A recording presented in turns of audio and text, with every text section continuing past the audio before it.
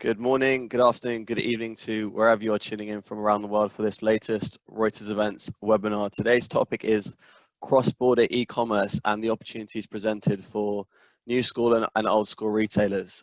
So without further ado, I'd like to introduce you to our esteemed speaker lineup, starting off with Manoj from GEODIS. Manoj, please introduce yourself and GEODIS to the audience. Good morning, good afternoon, everyone. My name is Manoj Pankaj, and I work with GEODIS. At GEODIS, I'm responsible for cross-border small parcel business. It's a B2C solution. We call it GEODIS My Parcel. GEODIS is a $9 billion 4PL company with its global presence in all major economies. To tell a little bit about myself, I've been with supply chain for the last 2 decades. And I've seen the innovation happening in this space, especially around the beginning of the millennium. And we are going through the second round of innovation. And this time the innovation is driven more by the data, machine learning, and associated technologies. The subject we are talking here about cross-border, it is going to tremendously benefit from those innovations. And I'm very excited and looking forward to talk more about cross-border, how it's going to impact the business, how it's going to impact the experience of the buyers, not just in the domestic market, but across the globe. So very excited to be here and looking forward to be having an engaging discussion. Excellent, thanks for that, Manoj. And next up, we have Craig from Avalara. Hello, everyone. Great to be on the webinar. My name is Craig Reed. I'm the SVP of Global Trade for Avalara. Just give you a bit of background about myself. I've been in the cross-border e-commerce space for the past 20 years. So before Avalara, I had a company called TradeStream Technologies that I sold to Avalara, where we focused on automated solutions for HS code classification, duty calculation. Prior to that, I founded, led, and built the global e-commerce business at Pitney Bowes. And prior to that, I was one of the founders of Borderfree, which is one of the original cross-border e-commerce solutions.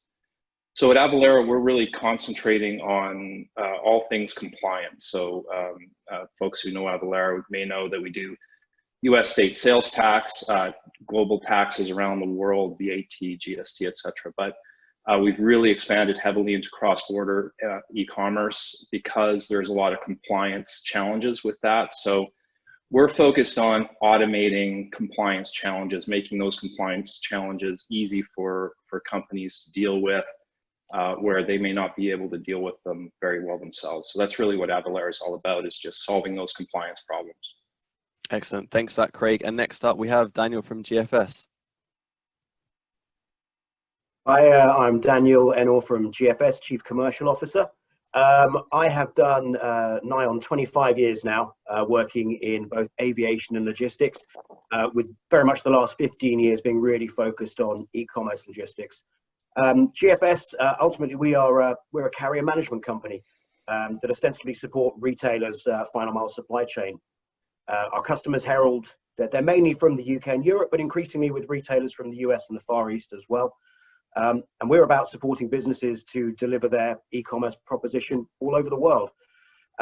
Ultimately, our mission is to help retailers, large and small, to grow through giving their customers the best possible delivery experience from website to door. So our services include everything from integrated labeling and tracking services, right the way through to personalized consumer delivery options, AI-driven customer care, duties and taxes, global returns, and carrier procurement services. So a pretty wide basket of solutions that are really about allowing retailers to take advantage of what is a very, very fast and rapid growing market. Excellent. Thanks for that, Daniel. And last but not least, we have Arnold from Redbubble. Hello, everyone. I'm Arnaud. I'm the Chief Supply Chain Officer at Redbubble. I've been with the company for 6 years. Redbubble is an online marketplace for artists. We're shipping usually small packages such as t-shirts, stickers, mugs. I've been in the e-commerce supply chain for 8 years. I was at R.com before, now owned by Walmart. And I have about 25 years of experience in supply chain. I've been in aerospace, electronics, biotech, and medical device.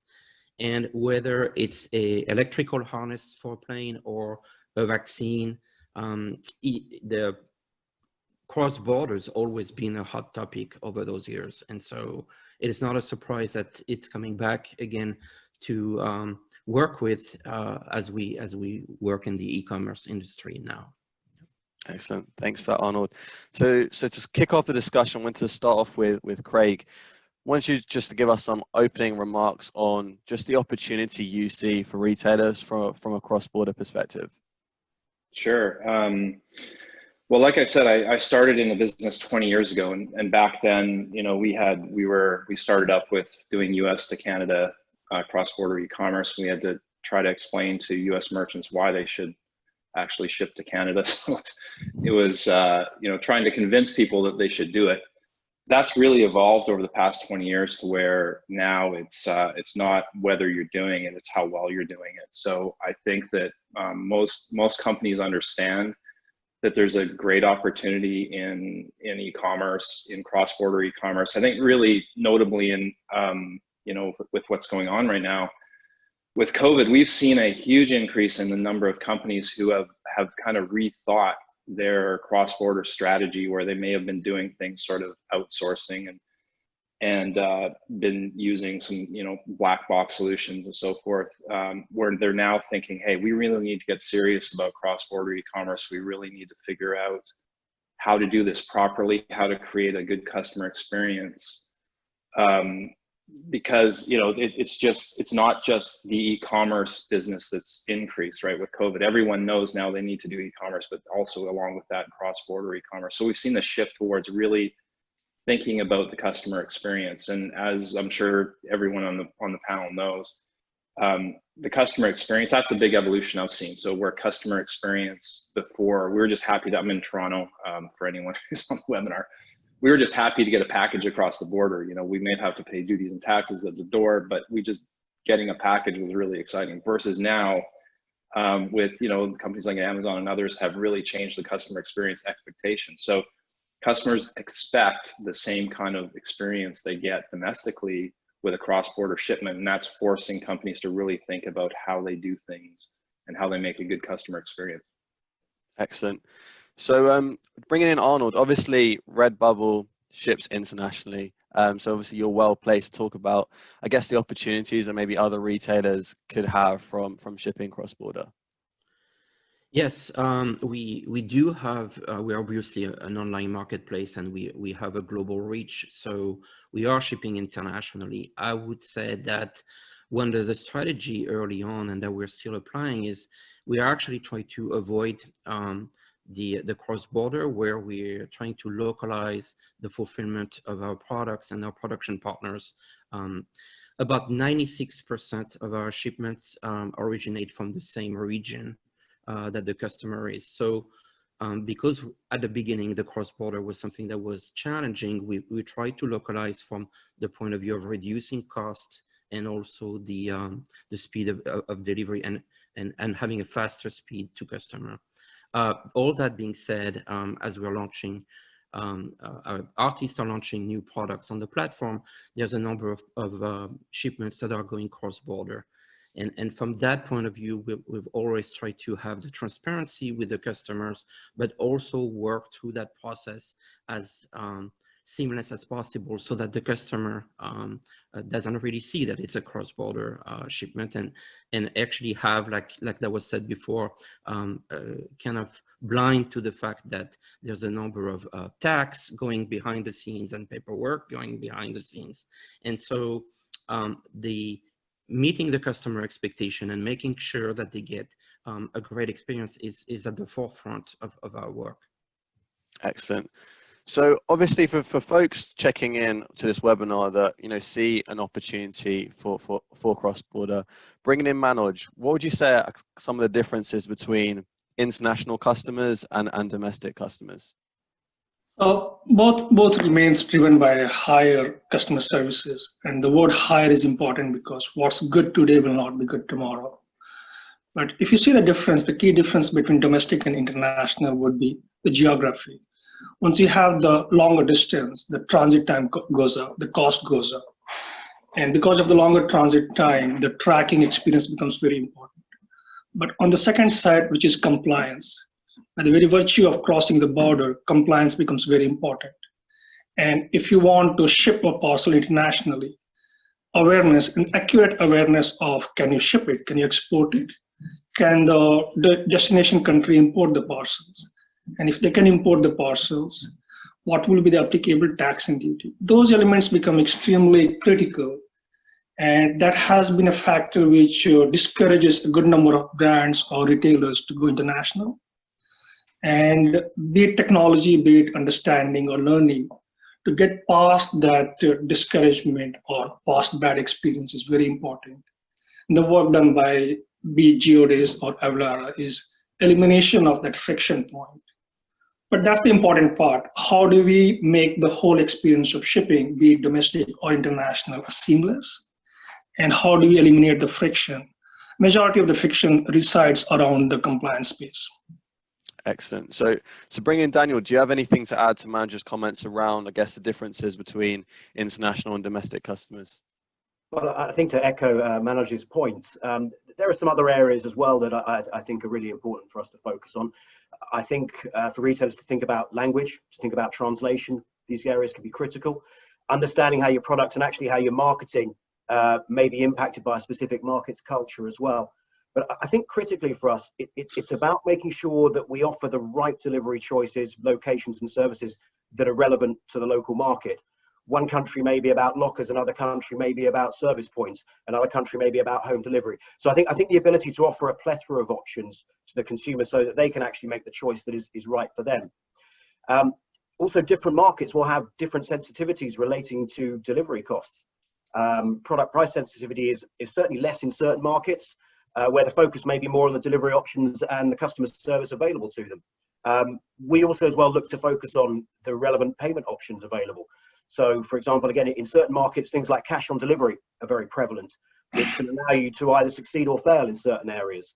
As Manoj said previously, the importance around duties and taxes, their transparency to the consumer, because I don't think we could underestimate how consumers can be nervous if they can't transparently understand what the taxes and duties are at the point of a transaction taking place.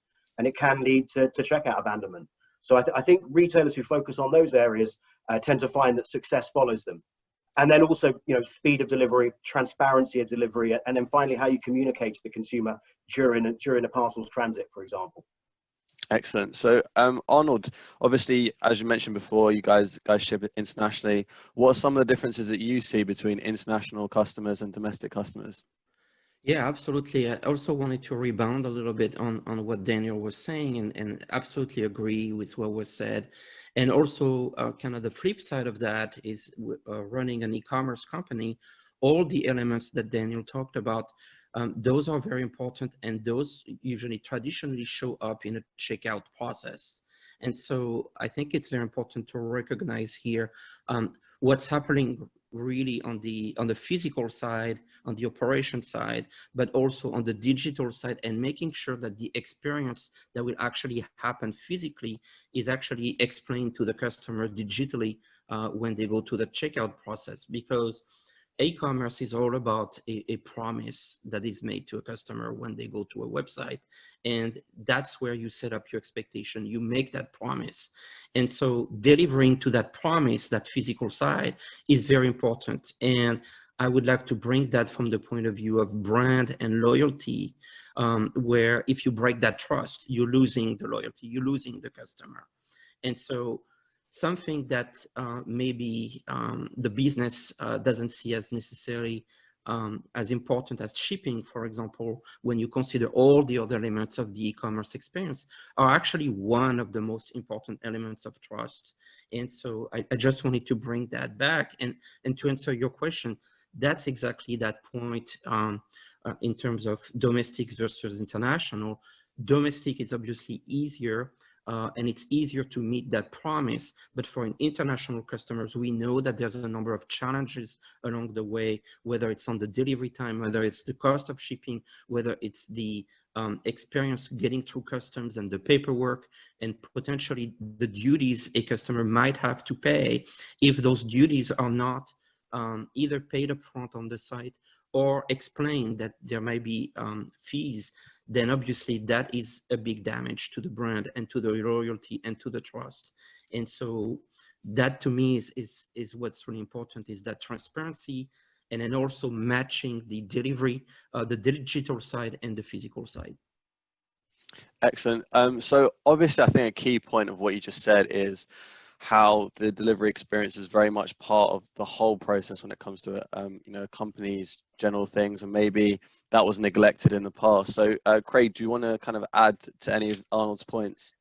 Yeah, I think you know, it's excellent points that Daniel and Arnaud make, because for cross-border, especially for cross-border, the shipping experience is the customer experience in a lot of cases. But it goes you know, back, just to rewind a bit, when you talk about setting customer expectations, it absolutely is an expectation from a customer that they should know how much it's going to cost them in total before they decide to purchase a good.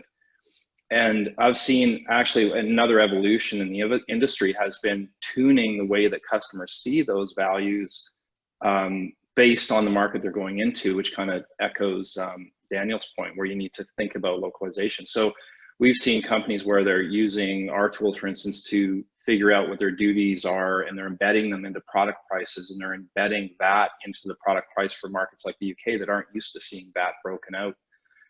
You know, for Canada, they are used to seeing HST broken out, for example, but duties are embedded in the product price.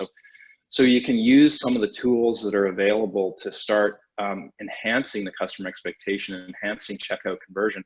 But then following through on the supply chain is really critical, because a lot of things can happen. You know, these folks on the webinar know and are expert in moving things across the border, but oftentimes that's where companies get stuck. So even if they create a decent experience at checkout, they don't follow through on the delivery side. And that's where I see huge breakdowns in the customer experience in cross-border. Excellent. So bringing in Manoj, obviously a lot has been mentioned around the customer experience here. Do you want to add to any of the points that Craig mentioned? Comment on the Craig as well as Arnold. One of the points which we need to understand that when we are managing an e-commerce platform for cross-border business, a lot is happening in the back end. And there are two ways that you build the whole thing, the whole platform, using your own resources or your own service providers, single service providers. Or you may break it down into 2 or 3 different buckets. And then for those buckets, you get the best service provider. It's possible that Avalara can provide the best HS code classification, VAT calculation, everything else. Or it's possible that someone can provide the best catalog management. But one of the mistakes I have seen in the past is people trying to do everything on their own, or trying to bring one expert who will solve all the problems. And for this business, which is so dynamic, to have the right customer experience, if as a seller I focus just on that, and to enable that customer experience, get the best service provider in different areas, and provide a unified experience using the best services, would really be a good response for this extremely dynamic market. Excellent. So obviously we've mentioned here a lot of the challenges that the folks are facing when it comes to cross-border. Bringing in Daniel, what I guess are some of the common challenges that you see when it comes to, you know, shipping cross-border that maybe haven't been mentioned so far? I think with the knowledge that resides within my fellow panelists, I think a lot of the areas have been touched upon already. But to reiterate, it's really about the ability to offer services that appeal to customers in their local markets. And there is a real challenge for retailers to identify who is the correct, you know, final mile local delivery partner to support a retailer to deliver that desired customer experience, but actually importantly as well to support the type of product. Because as we all know, not all final mile providers will work with all different types of products and provide all different levels of service. There is a huge risk associated with the loss of sales if you're not transparent around duties and taxes. I think we all agree with that. And I think hand in hand with that really is the risk of margin degradation to a retailer who doesn't properly understand the duties and taxes regime. So the two things really work together. I think one area that we haven't perhaps touched upon yet is really about returns. Returns is becoming such a critical part of the global e-commerce supply chain. And actually, ultimately, the risk of customers abandoning a purchase because they don't necessarily understand or feel comfortable with the returns process and policy. To me now, we have to see managing returns simply and seamlessly as being critical to shopping cart conversion. And I think those are some of the areas that we need to think about as well. And perhaps one other area that I think is likely to become more prevalent for the UK as we leave the European Union, the single market, is potential requirements regarding licenses and certifications in certain markets as well. Excellent. So I guess, maybe bringing it back slightly to basics. Obviously, there's a lot of folks that are maybe trying this out, and it's a new situation for them, a new opportunity for those guys. On a very basic level, bringing in Craig, what is a HS code, and why is it so important? It's funny that question. Well, first of all, I just want to say, because everyone on the panel knows that HS code is a bit of a misnomer, but just for the folks on the webinar. So HS code stands for Harmonized System Code. So every country around the world has agreed, or the members of the WTO anyway, have agreed that there is a nomenclature, and it's like a description of a good from a government's perspective, up to 6 digits. So it's a 6-digit code. Everyone, as members of the WTO, any country you would normally be shipping to, would all agree on those 4 digits. But the interesting thing is, once you go to actually enter the country, once you fill out a customs form, each country expects you to fill out the last, typically 4 digits. Sometimes it's 2 digits, sometimes it's 6 digits. But it's really the 8 to 12 digit code that matters, because that's what drives the duty rates. And this is what a lot of companies don't understand, is that the duty rates and how much you're going to pay ultimately are determined by the country level code. So in the EU, for example, it's called a tariff code. In the US, it's called an HTS code, but universally in the industry, we just call them HS codes.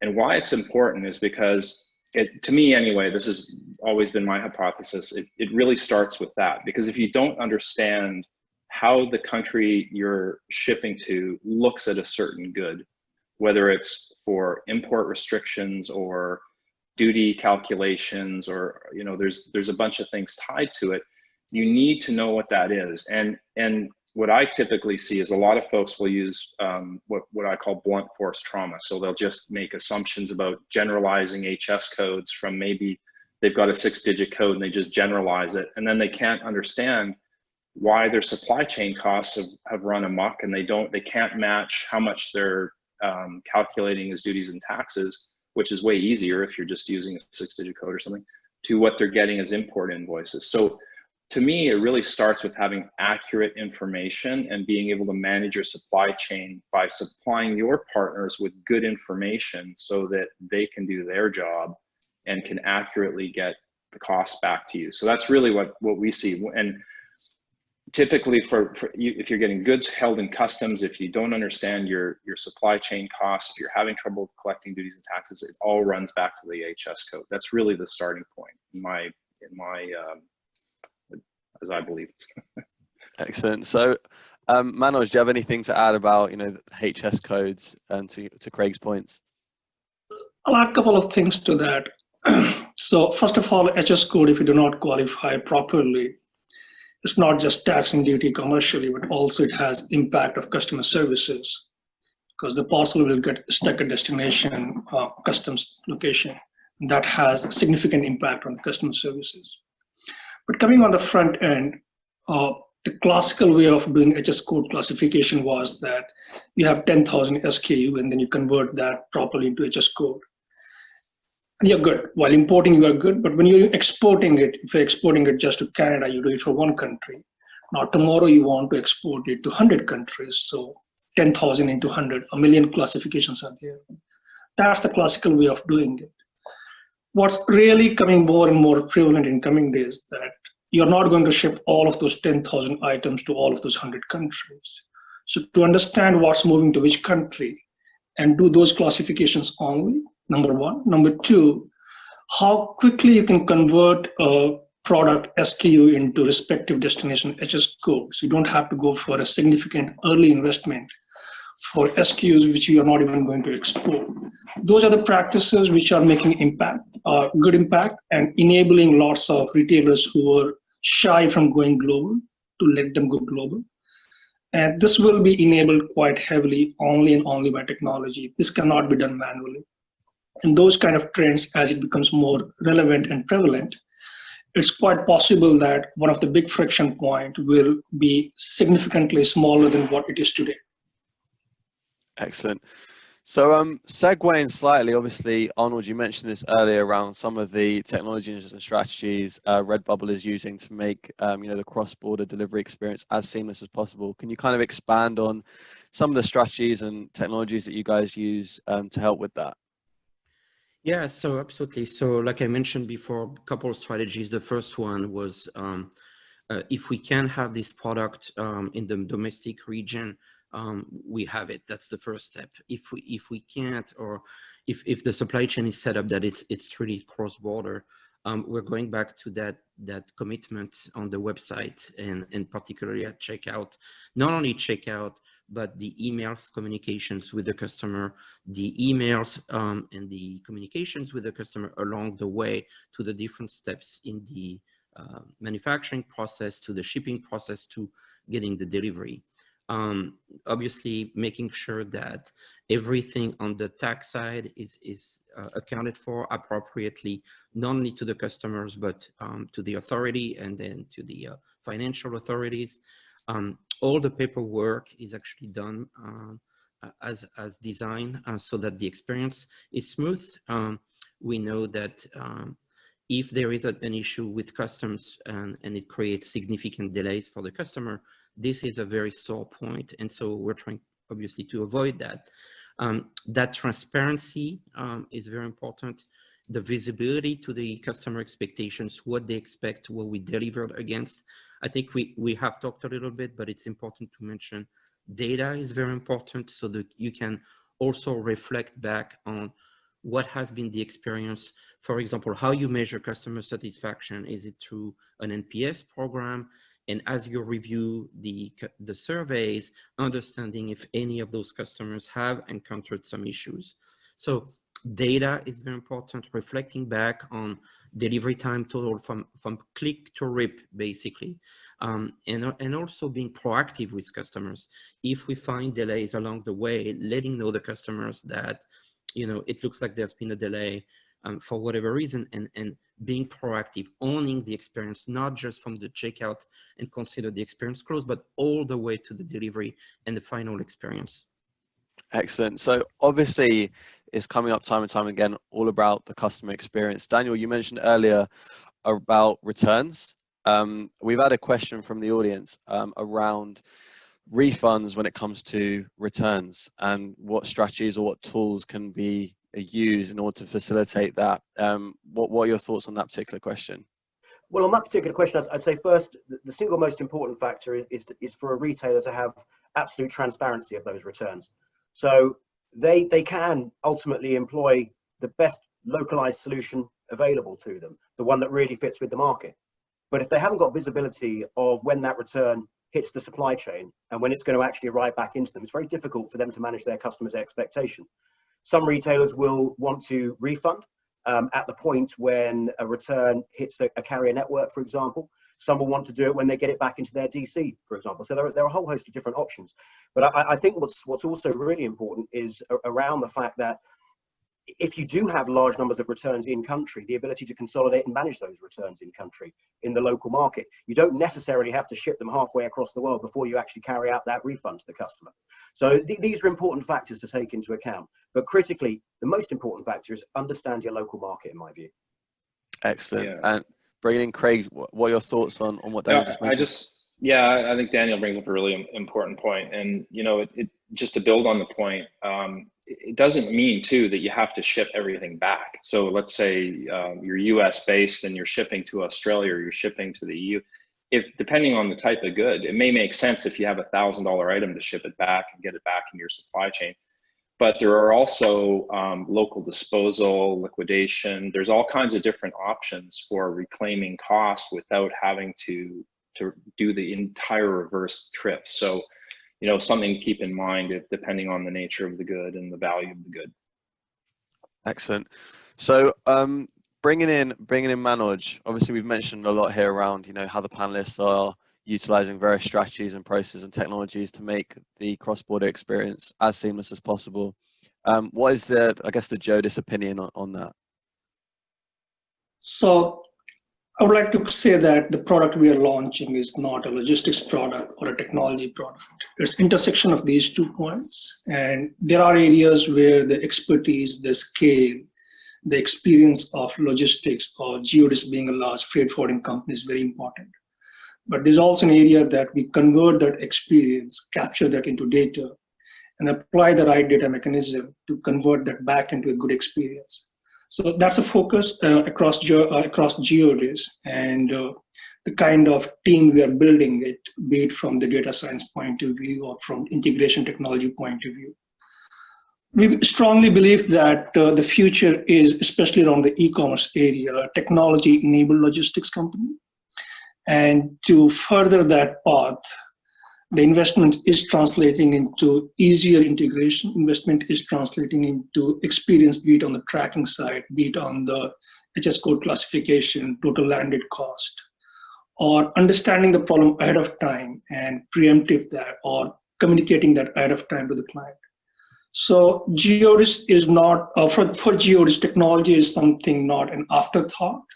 It's pretty much every step of the process. You think about the process and how will that be improved or become more effective by using the technology. So it has become quite center of how we think and what we do. Excellent.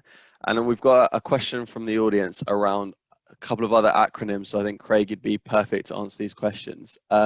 First and foremost, can you kind of explain what is DDP and what is DAP? And how does the choice between these two impact the customer experience? The age-old question. So, well, I'll start by saying that DDP, I think, is the preferred solution. That means delivery duty paid. In other words, duties have been paid on the customer's behalf. It happens behind the scenes. So as a seller, you're the one getting the duty and tax bill. You're not putting that on the customer, and you're telling them, or you're collecting the money at checkout, and you're dealing with the actual costs in the background. So that's DDP. DAP is delivery or duty at place, which means that you're just going to put it into the supply chain, and you're going to ask your supply chain partner to collect the duties and taxes on delivery.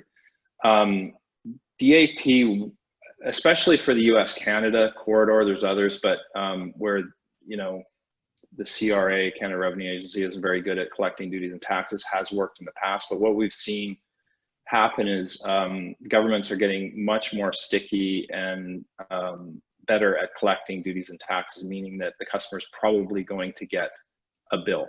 And that's a bad customer experience if they're not expecting it. So what I would say is DDP is absolutely the preferred solution, in my opinion. I think there's ways you can enhance DDP per the earlier discussion, where you're embedding duties and taxes at in the product price, depending on the market you're going into. So, but at minimum, you need to tell the customer how much they're going to be paying, and preferably collecting that money when they actually buy the good.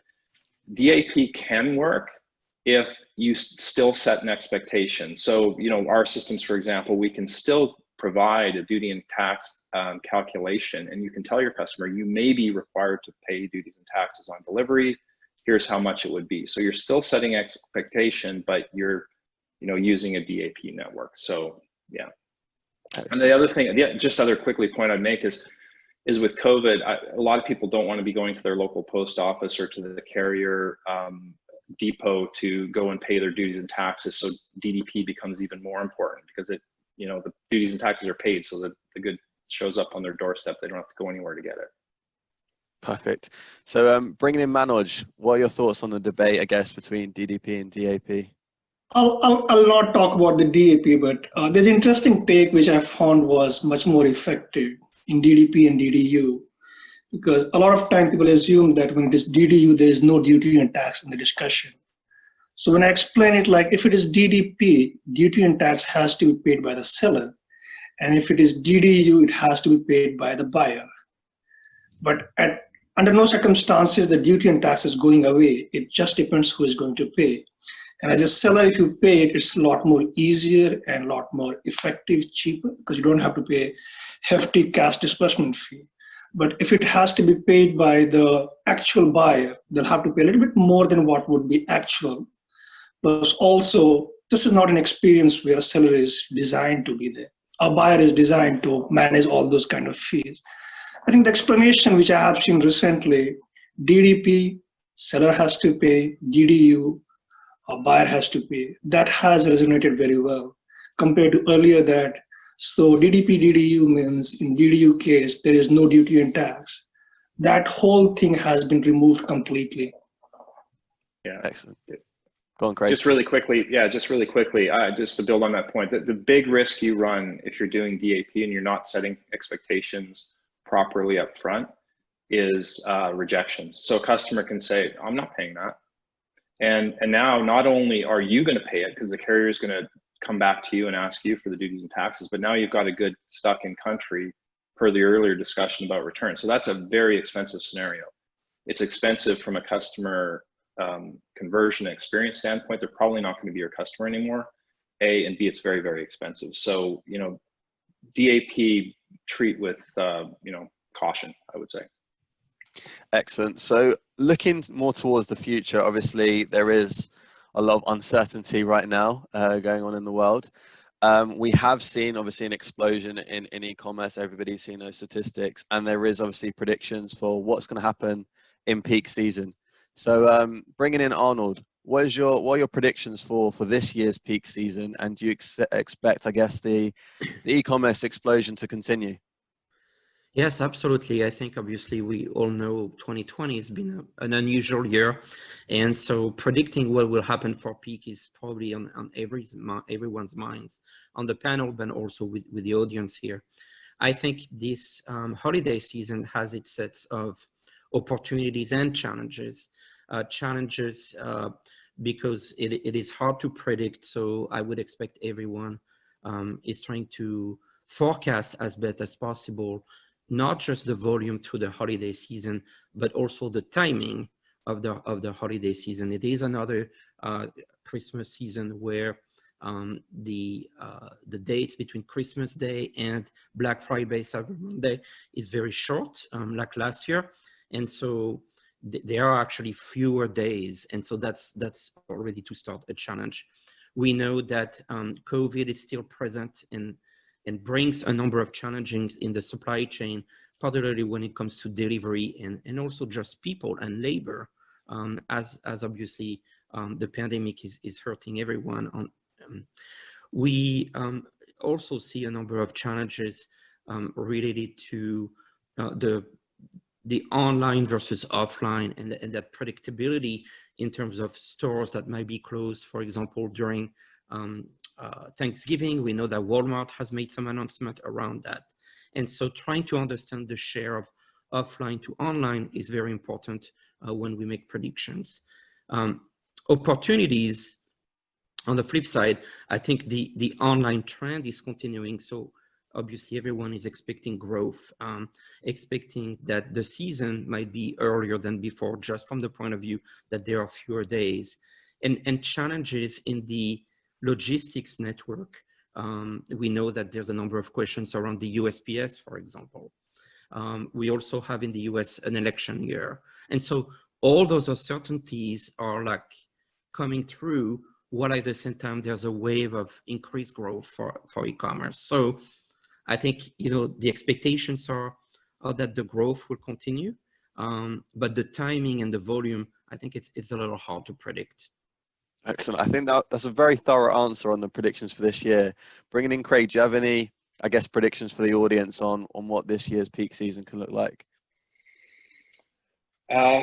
Well, kind of similar to Arnaud. I mean, we really don't know, and I think he brings up an excellent point about the gap between Black Friday and Christmas this year.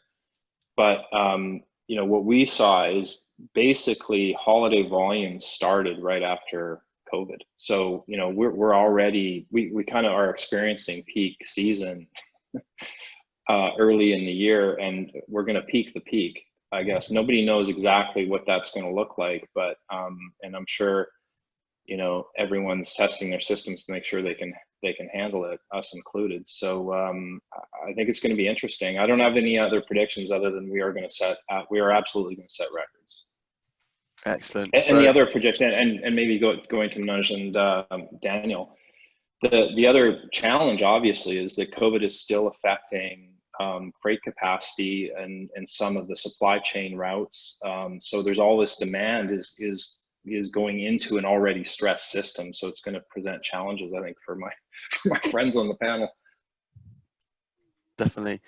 Go on, Manoj.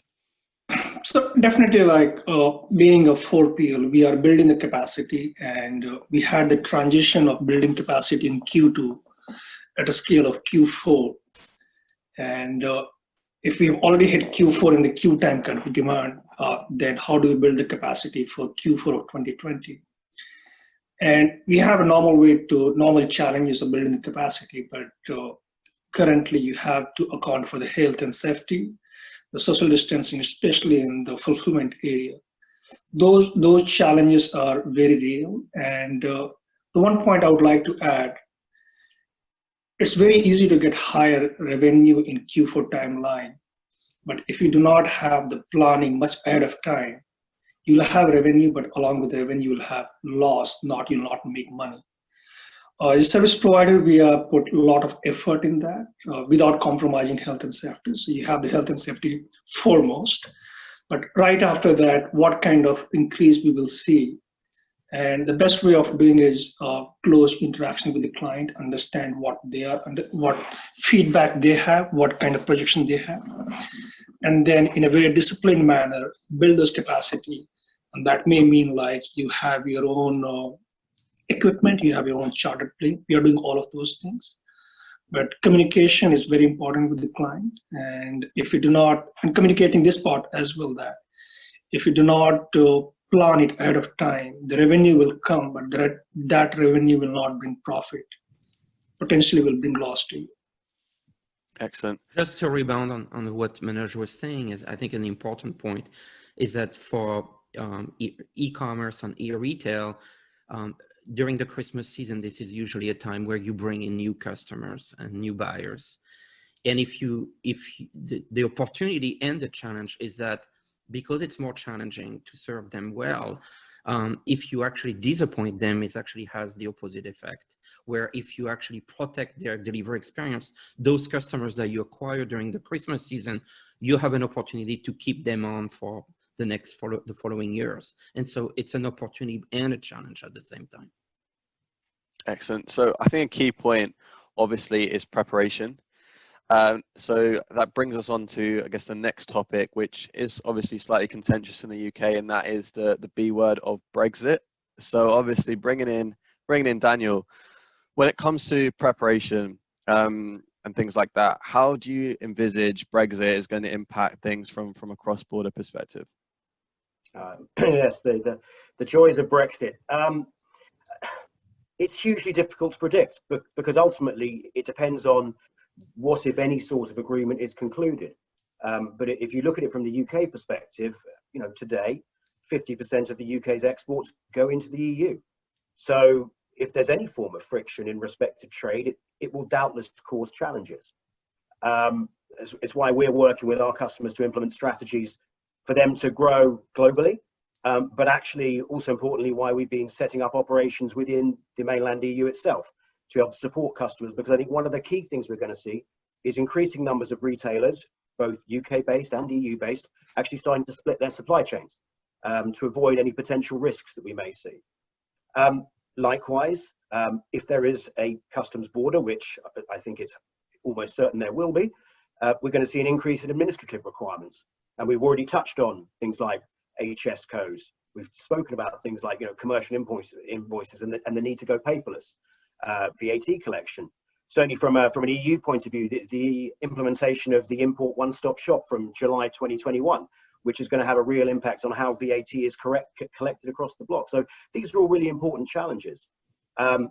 Doubtless, if you put a customs border in place, you're going to look at longer transit times.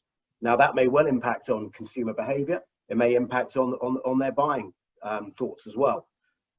The implementation of duties, well, what we're going to see there is, if it happens, it's likely that it will make UK or EU products less competitive in one another's markets. So you may see a reduction in flows between the two blocks. So the need really for all retailers in both areas is to look as to how they expand outside those markets to offset any risk associated with it. There may be, and I say there may be, an issue around certain product types and quotas associated with it. And likewise, again, different licensing requirements, different certification requirements. So all of these things come into play. And then you add all of those effects in, and then you have to start to think about the introduction of a potential of with returns, how you manage returns duty relief. So there's a whole host of different things that could happen. And unfortunately, with only less than 4 months to go now until the current transition period ends, there is still a lot to be decided. So I think the main thing is for retailers to plan for all eventualities, but actually to look at how they expand on a global basis to be able to offset the risks that may well present themselves. Excellent. Bringing in Manoj there, obviously, what are your thoughts, adding to Daniel's great points around, the uncertainty around Brexit and what that means for cross-border? So Daniel did capture very well the changes that's going to happen within Europe, including Britain, and there would be a reassessment of the supply chain network and re-optimization of it. But I was thinking of even for sellers who are outside Europe, let's say in USA or in Asia, a good number of times you have been capturing the EU market, including UK, with a single point of induction or the destination gateway. But now you have two different geographies. UK is a significant importer as well as exporter of from overall EU point of view. Now that big chunk has become a separate unit. So if you are exporting into UK plus EU, your supply chain will be impacted, and a lot of people would not be able to bifurcate it in a very optimal manner. So I do see that this will have impact primarily on the European market, but there would be secondary impact for people who are bringing in their parcels or products into EU, because the network which was designed pre-Brexit will not be the optimal network going forward. Excellent. So obviously we're coming towards the end of on today's webinar.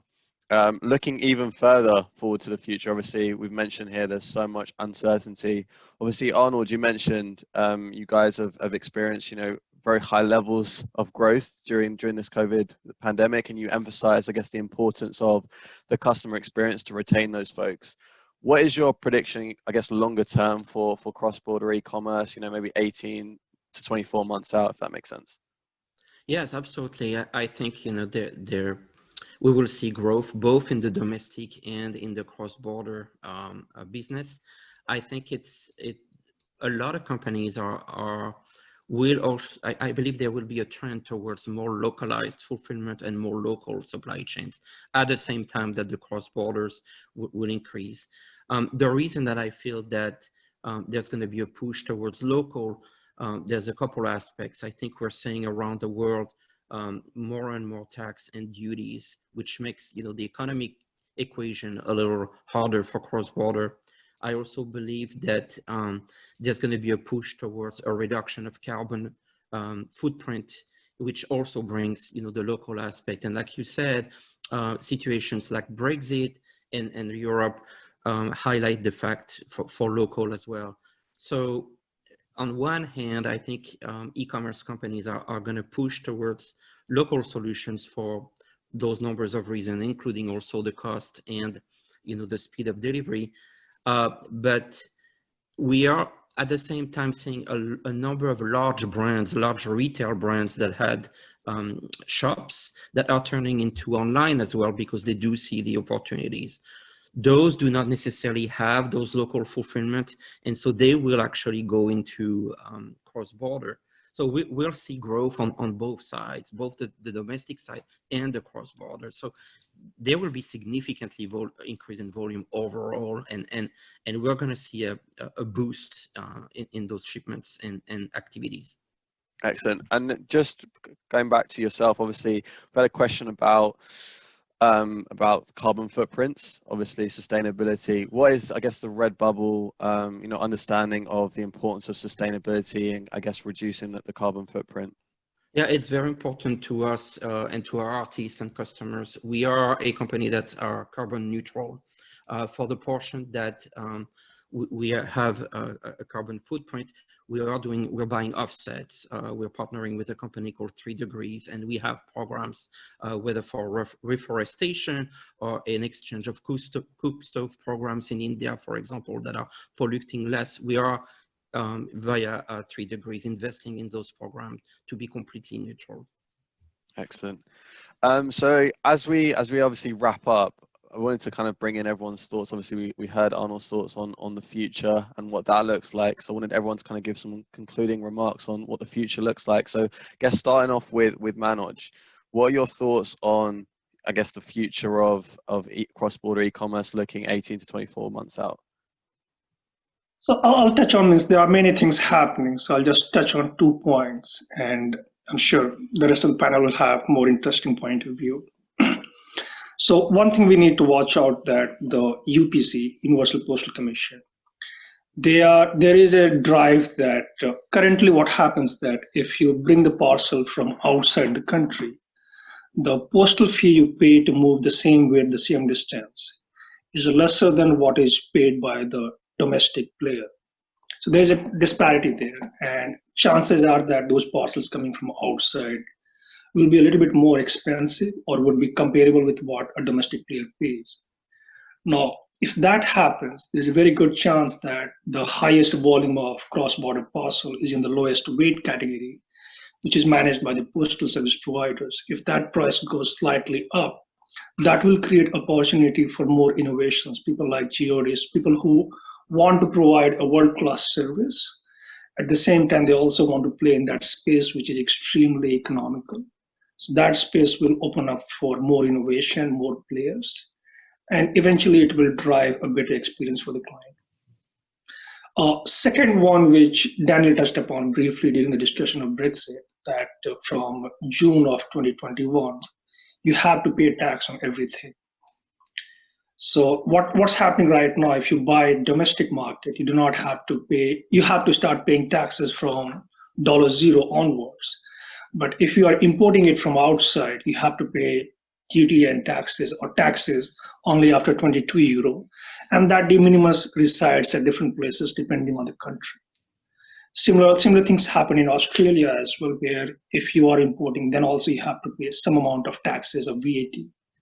So that change is going to only expand, be it people want to be local or people want to stay competitive with external players. And all of those changes will drive towards more and more tax being levied on parcels coming cross-border. That's not a bad thing. This taxes have to be paid, but that change will drive many kind of innovation. Will also make the field quite comparable. But it does not mean that the impact on the cross-border will be diminishing. It's just an element which will make the whole field more interesting. Definitely. So bringing in Daniel here, what are your, I guess, concluding remarks on looking towards the future and the opportunity for cross-border? Well, I think if we look at the last 6 months, as we've all noted, the impact of COVID was dramatic, and it created a very significant channel shift. Now, we would say that's probably somewhere between 3 and 5 years worth of growth in terms of online created by COVID. Now, are we going to see shift back to high street to retail? I don't think anywhere near as much as we've seen shift towards online over the course of the last 6 months or so. In the short term, some of that growth may be challenged a little bit by some of the economic challenges that no doubt will exist over the next kind of 12 to 24 months as we carry on through the COVID problems. There is no doubt that growth across borders is going to continue. Also, there's no doubt that innovation around the modes of delivery, the types of delivery available to consumers is also going to continue. But I certainly agree with Arnold's point that actually sustainability around that will become increasingly critical as consumers become ever more choosy in terms of the types of delivery that they would like to receive. But actually underpinning all that, the real sense to me is that retailers want to delight their consumers more and more. The battle ultimately is around how do you make that consumer come back to you once they purchase something from you for the first time? And the answer is just give them an excellent experience every time.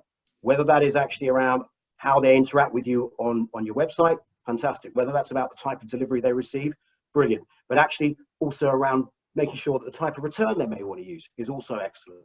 You know, all of those areas are going to be really, really critical in the battle for the consumer over the coming years. Excellent. So bringing in Craig, I guess what I'd like you to do is summarize some of, I guess, what you'd say maybe some of the key takeaways that we've spoken about for the last 55 minutes, and then just give your opinion on the future and the opportunities that you see for cross-border e-commerce. Sure. I think, you know, loud and clear, and I think, you know, my fellow panelists have done an excellent job outlining what the future entails. And, you know, building on Daniel's point, I think it really is about the customer experience.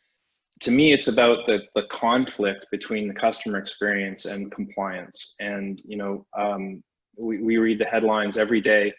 The pace of change of changes in compliance is growing significantly. That's what I've seen as a trend, and I think that's only going to continue, where there's all kinds of changes coming. I think it's going to increase the number of types of changes around compliance and how you need to figure out your duties and taxes, what kinds of duties and taxes apply. And all of that for me runs back to content. So, you know, in order to adapt to all these changes that are increasing in pace, I guess, you need to have great content. And you not only do you need to have great content, you need to have stable content. You need to have direct connections to governments. You need to know when new regulations come into play, and you need to be able to put those into effect. So I think the challenge of maintaining compliance and accurately understanding what your costs are, what your import-export restrictions and obligations are, is going to become increasingly difficult. At the same time, the opportunity is increasing, and at the same time that the customer experience expectations are increasing. So it's this intersection of those three things that really make it challenging. You know, Arnaud said a lot of companies are going to shift to local. I think that's true, but I think that's true maybe for a portion of their goods. So I think there's always going to be a portion of the catalog, or some or all the catalog, that's going to need to be fulfilled cross-border. So you have to maintain the customer experience, you have to stay compliant with local regulations, and you have to have a great customer experience. So that makes it challenging. Fortunately, you know, all of us in the industry are working on those challenges and working on how to make that complexity go away and do it in a way where you can create a good customer experience. So from Avalara's part, that's really what we're all about, is just simplifying those parts of the puzzle that are extremely difficult to do yourself. So, you know, if I was to talking to retailers, you know, figure out what parts of the experience you want to have, what things you think you need to be good at, partner with good companies that can kind of fill the gaps where it's really difficult to do certain parts of it, and build a good customer experience that way. Don't try to do it all with one solution. You know, find a modular way to piece these things together, and we all work together very well. So, you know, you can put together a good customer experience if you're thoughtful about it. Excellent. So that's a great way to end. What I would say is this recording will be available on demand. So if anyone wants to pass this to a friend, this will be available in the next few days or so.